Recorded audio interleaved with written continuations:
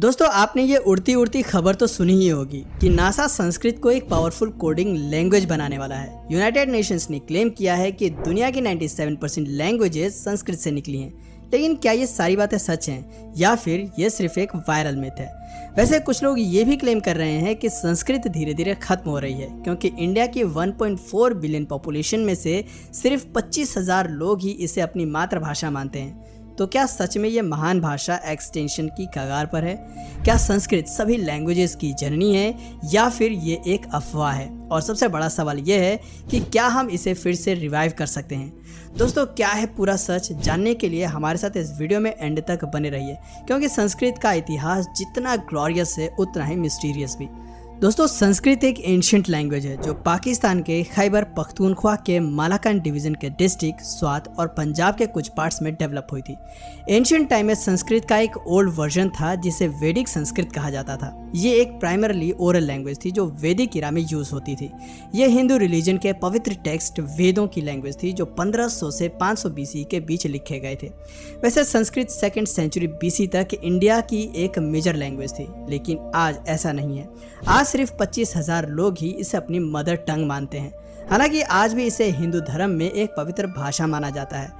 India, Nepal, Pakistan और बांग्लादेश की कई लैंग्वेजेस संस्कृत से ओरिजिनेट हुई हैं। अगर हम प्रेजेंट सिनेरियो की बात करें तो आज सिर्फ 14,000 लोग इसे अपनी रोज़मर्रा की भाषा के रूप में यूज़ करते हैं, लेकिन इसके बावजूद ये इंडिया की 22 ऑफिशियल लैंग्वेजेस में से एक है। वैसे संस्कृत को देवानी यानी कि देवताओं की भाषा भी कहा जाता है, लेकिन अगर हम रिटन प्रूफ देखें तो संस्कृत करीब 3,500 साल पुरानी भाषा मानी जाती है। इसका सबसे पुराना लिखित प्रमाण ऋग्वेदा है जो वैदिक संस्कृत में लिखा गया है। दोस्तों संस्कृत लैंग्वेज से जुड़ा एक एविडेंस मितानी किंगडम से मिलता है जो आज का सीरिया है। यहाँ 1500 BC के एक हॉर्स ट्रेनिंग मैनुअल में ऋग्वेदिक मंत्रों का यूज किया गया है। दोस्तों भारत में संस्कृत के लिखित प्रमाण कम मिलते हैं, क्योंकि संस्कृत के ज़्यादातर टेक्स्ट पाम लीव्स और पेपर पर लिखे गए थे जो समय के साथ डिस्ट्रॉय हो गए। दोस्तों वैदिक संस्कृत के बाद क्लासिकल संस्कृत का दौर आया, जिसमें इस भाषा के नियम और बेहतर बनाए गए। इसे साइंस, पॉलिटिक्स और एडमिनिस्ट्रेशन में भी इस्तेमाल किया जाने लगा। दोस्तों संस्कृत हमेशा से ही बहुत ही फॉर्मल और स्ट्रक्चर्ड भाषा रही है, लेकिन आम लोगों के लिए इसे सीखना और बोलना आसान नहीं था। यही वजह थी कि 3rd सेंचुरी BC तक संस्कृत लोकल भाषाओं के साथ मिलकर धीरे धीरे बदलने लगी, जिससे प्राकृत लैंग्वेज डेवलप हुई। और अब हुआ ये कि प्राकृत आम लोगों के बीच बोलचाल की भाषा बन गई, जबकि वैदिक और क्लासिकल संस्कृत सिर्फ किताबों और विद्वानों तक ही सीमित रह गई। कई लोग कहते हैं कि प्राकृत का संबंध महिलाओं और निचली जातियों से था, लेकिन असल में संस्कृत सिर्फ ऊंची जातियों और मुख्य रूप से ब्राह्मणों तक सीमित थी, क्योंकि शिक्षा पाने का अधिकार सिर्फ उन्हीं के पास था। और यही सबसे बड़ी वजह थी कि संस्कृत कभी भी आम लोगों की भाषा नहीं बन पाई। दोस्तों 6th और 12th सेंचुरी के बीच संस्कृत का दबदबा धीरे धीरे खत्म होने लगा। पहले तो हिंदू राजाओं के संरक्षण में संस्कृत भाषा का डेवलपमेंट होता रहा, लेकिन जब इस्लामिक इन्वेजन हुए तो नए रूलर्स आए, तब पर्शियन एडमिनिस्ट्रेटिव और कोर्ट लैंग्वेज यानी कि राज दरबार की भाषा बन गई। पर्शियन और अरबिक लैंग्वेज को नए रूलर्स ने ज़्यादा सपोर्ट दिया, जिससे संस्कृत स्कॉलर्स के लिए अपॉर्चुनिटीज कम हो गई। हालांकि संस्कृत पर कोई डायरेक्ट बैन नहीं लगाया गया, लेकिन इसे एक्टिवली प्रमोट भी नहीं किया गया। लेकिन ये सब नॉर्थ इंडिया की बात थी। साउथ इंडिया में सिचुएशन कम्प्लीटली डिफरेंट थी।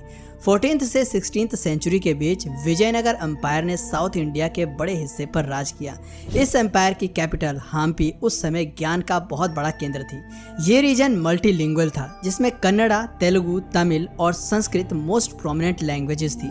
संस्कृत का ज्ञान उस समय ऊंचे तबके यानी कि एलाइट क्लास के लोगों के लिए ज़रूरी माना जाता था। राज दरबार में संस्कृत के कई स्कॉलर्स थे, लेकिन आम लोग कन्नड़, तेलुगु और तमिल में बात करना ज़्यादा पसंद करते थे। यही वजह थी कि संस्कृत धीरे धीरे सिर्फ अमीर और शिक्षित वर्ग तक ही सीमित रह गई। फॉर एग्जाम्पल विजयनगर के महान राजा कृष्णदेवा राय, जो संस्कृत में बहुत माहिर थे, उनका लिखा लिटरेचर राज दरबार के बाकी स्कॉलर्स की रचनाओं से ज़्यादा प्रेस्टिजियस माना जाता था। यह भी एक वजह थी कि संस्कृत को आम जनता तक पहुंचने का मौका ही नहीं मिला, और धीरे धीरे ये सिर्फ शिक्षित और अपर क्लास सोसाइटी तक सीमित रह गई और आम लोगों की भाषा नहीं बन पाई। संस्कृत को लेकर एक और बड़ी प्रॉब्लम ये थी कि संस्कृत एक टफ लैंग्वेज थी। इसे सीखना और बोलना काफ़ी मुश्किल था। इसकी कॉम्प्लेक्सिटी की वजह से इसे डेली लाइफ में इस्तेमाल करना आसान नहीं था।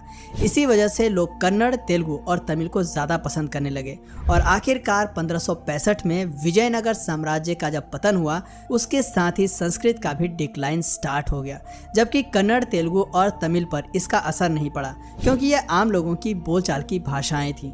लेकिन संस्कृत का इस्तेमाल सिर्फ अपर क्लास तक लिमिटेड था। जब ये रूलर्स डिक्लाइन हुए तो संस्कृत भी धीरे धीरे गायब होने लगी।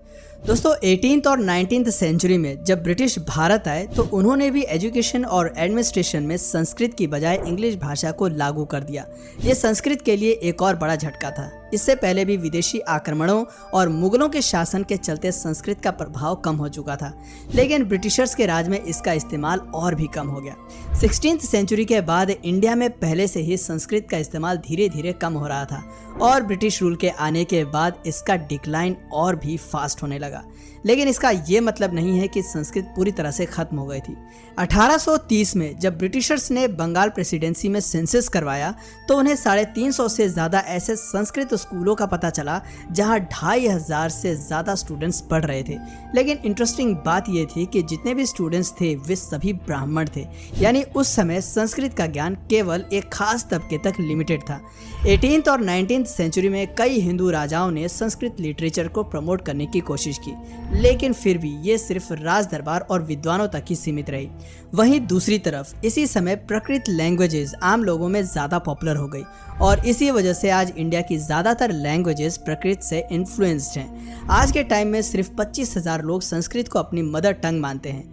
इस लैंग्वेज को रिवाइव करने के लिए कई अटेम्प्ट्स किए गए हैं, लेकिन मोस्ट ऑफ देम ये कोशिशें सिर्फ दिखावे के लिए ही रही हैं। फॉर एग्जांपल 1969 में पहली बार संस्कृत दिवस सेलिब्रेट किया गया। 2014 में बीजेपी गवर्नमेंट ने 7 से 13 अगस्त तक संस्कृत वीक डिक्लेयर किया। उत्तराखंड ने संस्कृत को ऑफिशियल लैंग्वेज का स्टेट भी दिया, बट स्टिल इसे बोलने वाले लोग बहुत कम हैं। अब सवाल ये उठता है कि क्या हम संस्कृत को फिर से अलाइव कर सकते हैं? दोस्तों आंसर है हाँ, ये पॉसिबल है। ये पहली डेड लैंग्वेज नहीं है जिसे फिर से रिवाइव करने की कोशिश हो रही है। इब्रानी यानी हिब्रू भी एक एक्सटिंक्ट लैंग्वेज थी, लेकिन इसे भी सक्सेसफुली फिर से रिवाइव किया गया है। दोस्तों हिब्रू पहले सिर्फ ज्यूइश रिलीजन के रिलीजियस टेक्स्ट में यूज होती थी। 19th और 20th सेंचुरी में वर्ल्ड वाइड ज्यूज इसे डेली कन्वर्सेशन में यूज नहीं करते थे, लेकिन 1880 में एलाइजर बेन यहूदा ने इसे रिवाइव करने का डिसीजन लिया, जिसके लिए उन्होंने कुछ इंपॉर्टेंट स्टेप्स लिए। उन्होंने अपने फैमिली के साथ हिब्रू में कम्युनिकेशन करना स्टार्ट किया। उन्होंने अपने न्यूज़पेपर्स में हिब्रू का प्रमोशन किया। उन्होंने ऐसी कम्युनिटीज़ बनाई जो लोगों को हिब्रू बोलने के लिए इनकरेज करती थी। और फिर 1948 में जब इजराइल इंडिपेंडेंट कंट्री बना तो उसने हिब्रू को अपनी ऑफिशियल लैंग्वेज बना लिया। दोस्तों हिब्रू का सक्सेसफुल रिवाइवल इसलिए पॉसिबल हो पाया क्योंकि इसने ज्यूइश कम्युनिटी को एक नई आइडेंटिटी दी। बट इंडिया जैसे एक बड़े मल्टीलिंगुअल कंट्री में ये इतना ईजी नहीं होगा। वैसे अगर संस्कृत को फिर से रिवाइव भी किया गया तो इसका एक्चुअल बेनिफिट क्या होगा, आइए इसके बारे में भी जान लेते हैं। दोस्तों कुछ लोग मानते हैं कि इससे हमें कल्चरल बेनिफिट्स मिलेंगे, लेकिन सवाल यह है कि क्या आप अपने बच्चों को फ्रेंच या स्पेनिश की जगह संस्कृत सीखने के लिए इनकरेज करेंगे? दूसरी तरफ एक आर्गुमेंट ये भी है कि संस्कृत का रिवाइवल दूसरी लैंग्वेजेस के इम्पोर्टेंस को कम कर सकता है। फॉर एग्जाम्पल महाराष्ट्र में एक स्टूडेंट मराठी, हिंदी और इंग्लिश पढ़ता है। क्या इनके बीच यहाँ संस्कृत के लिए कोई स्पेस है? क्या संस्कृत का भविष्य उज्जवल है? दोस्तों आज हमारे लिए संस्कृत को पूरी तरह से रिवाइव करना आसान नहीं होगा, लेकिन ये नामुमकिन भी नहीं है। लेकिन अब मैं आपसे एक सवाल पूछूंगा कि हम इसे दोबारा जिंदा क्यों करना चाहते हैं? संस्कृत को बचाने के लिए या फिर वाकई इसे रोजमर्रा की भाषा बनाने के लिए? अपना जवाब हमें नीचे कमेंट सेक्शन में जरूर बताइए। दोस्तों अगर इस वीडियो से आपको कुछ नया जानने या सीखने को मिला या फिर इंटरेस्टिंग लगा तो प्लीज़ इस वीडियो को एक लाइक करके अपने फ्रेंड्स और फैमिली में इसे ज़रूर शेयर करें। और यदि आप इस चैनल पर नए हैं तो प्लीज़ इस चैनल को सब्सक्राइब करके बेल नोटिफिकेशन आइकन को ऑन कर लीजिए ताकि हमारे आने वाले वीडियोज़ आप मिस न करें। मिलते हैं फिर किसी वीडियो में नए टॉपिक के साथ, तब तक के लिए नमस्कार।